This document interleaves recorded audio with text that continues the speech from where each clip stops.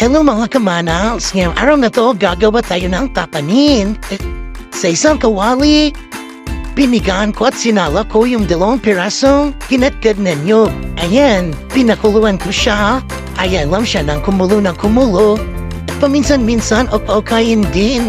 Para hindi siya madikit dun sa may kawali. Ayan.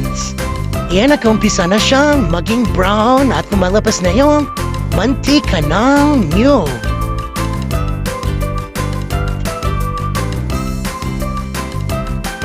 Ayan, naging brown na siya. Lumabas na yung latik niya.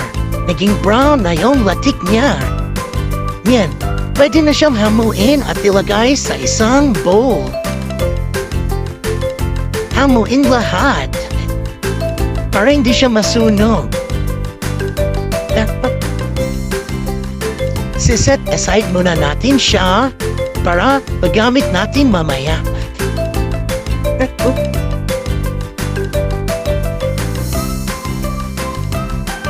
Ayan, tapos kumuha ka na isang buo. Minatamis pero kalahati lang yung kinamit ko para hindi siya masyadong matamis. Hinati-hati ko ng maliliit. Pagkatapos sinalo ko dun sa mantika ng nyug. Ayan, ukokayin siya hanggang matunaw. Pag natunaw na siya, pwede na siyang ihalo yung balakit na sinaing.